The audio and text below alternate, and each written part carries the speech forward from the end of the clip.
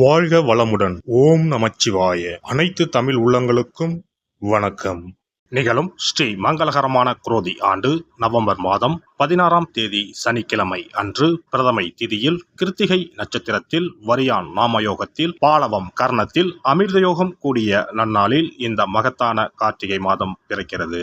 கார்த்திகை மாதம் என்றாலே ஐயப்பனுக்கு விரதம் ஆரம்பிக்கக்கூடிய காலகட்டம் ஆகும். மற்ற எந்த மாதத்திற்கும் இல்லாத தனிச்சிறப்பு கார்த்திகை மாதத்திற்கு உண்டு.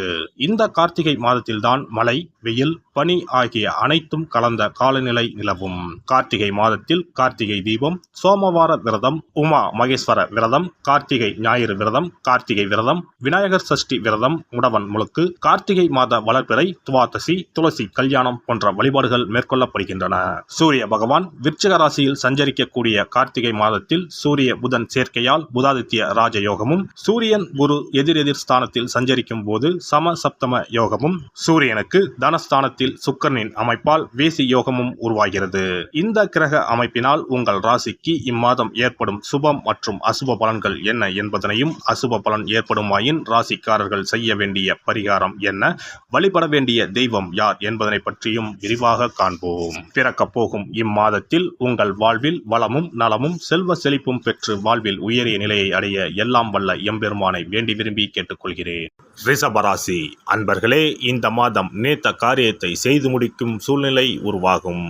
பண வசதி கூடும், தெய்வ சிந்தனை அதிகரிக்கும், வாழ்க்கையில் இருந்த அதிருப்தி நீங்கி பிடிப்பு உண்டாகும், எதிர்பார்த்த தகவல் வந்து சேரும், இடமாற்றம் உண்டாகலாம், எதிர்பாராத திடீர் செலவுகளும் உண்டாகும், தொழில் வியாபாரத்தில் திடீர் செலவுகள் ஏற்படும், எதிர்பார்த்த லாபம் குறையும், புதிய ஆர்டர்களுக்காக கூடுதலாக அலைய வேண்டியிருக்கும், உத்தியோகத்தில் இருப்பவர்கள் கடுமையாக உழைக்க வேண்டியிருக்கும், குடும்பத்தில் அடுத்தவர்களால் திடீர் பிரச்சனைகள் தலை தூக்கலாம், உங்களது கருத்துக்கு மாற்று கருத்து உண்டாகலாம், கணவன் மனைவிக்கு இடையே மனம் விட்டு பேசுவது நன்மை தரும், பிள்ளைகளிடம் கவனமாக பேசுவது நல்லது. பெண்களை பொறுத்தவரை மனதில் இருந்த சோர்வு நீங்கி உற்சாகம் உண்டாகும், எதிர்பார்த்த தகவல் சாதகமாக வந்து சேரும், பணவரத்து கூடும். மாணவர்களுக்கு கல்வியில் முன்னேற்றம் காண்பதில் ஆர்வம் உண்டாகும், மனதில் உற்சாகம் ஏற்படும். நட்சத்திர பலன்கள். கார்த்திகை நட்சத்திரம்.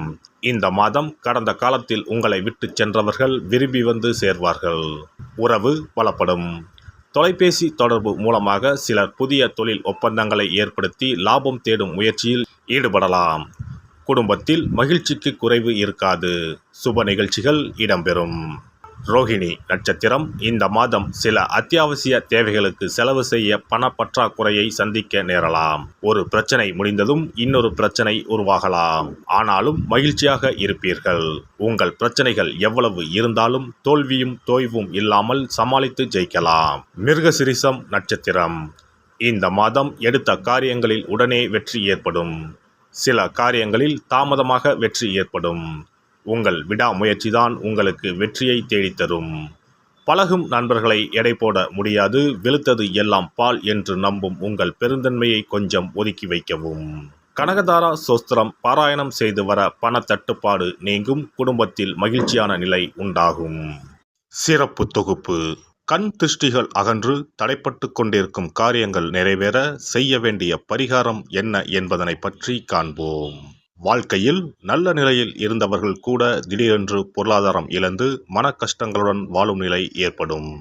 இந்த நிலை எதனால் ஏற்பட்டது என்று ஆராய்ந்து பார்த்தால் பெரும்பாலும் அவர்களின் மீதான கண் திருஷ்டிதான் காரணமாக இருக்கும்.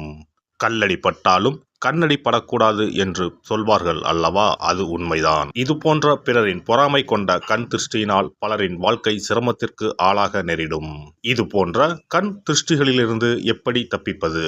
இருக்கவே இருக்கிறது எளிதாக கிடைக்கும் ஊமத்தஞ்செடி. தெய்வ சக்தி நிறைந்த செடியாக கருதப்படும் ஊமத்தஞ்செடியின் காய், பூ, இலைகள் என அனைத்தும் தீய சக்திகள் விரட்ட பரிகாரத்துக்கு பயன்படுகிறது.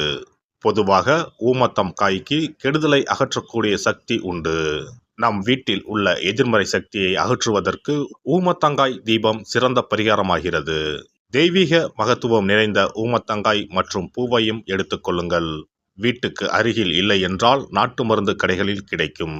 இந்த 2 பொருட்களையும் மஞ்சள் தண்ணீரை கொண்டு நன்றாக கழுவி விடுங்கள்.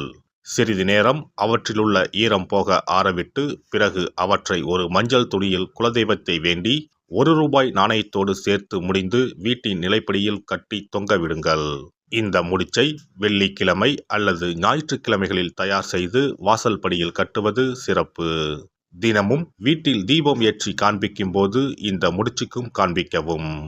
இதேபோல் ஊமத்தம் இலைகள் கிடைத்தால் அந்த இலைகளை சுத்தமான மஞ்சள் தண்ணீரில் கழுவிவிட்டு அவற்றை கொண்டு வீட்டில் இருக்கும் விநாயகருக்கு திங்கள் கிழமைகளில் தொடர்ந்து அர்ச்சனை செய்து வர வேண்டும். ஊமத்தம் பூவையும் விநாயகருக்கு சூட்டலாம். 3 வாரங்கள் தொடர்ந்து திங்கள் கிழமைகளில் விநாயகருக்கு ஊமத்தை இலையால் அர்ச்சனை செய்து ஊமத்தம் பூவை சூட்டி வழிபட்டால் வீட்டில் உள்ள கெட்ட சக்தி நடமாட்டம் மற்றும் கண் திருஷ்டிகள் தீரும். ஊமத்தம் செடியும் சிவபெருமானுக்கு உகந்த இலை ஆகும்.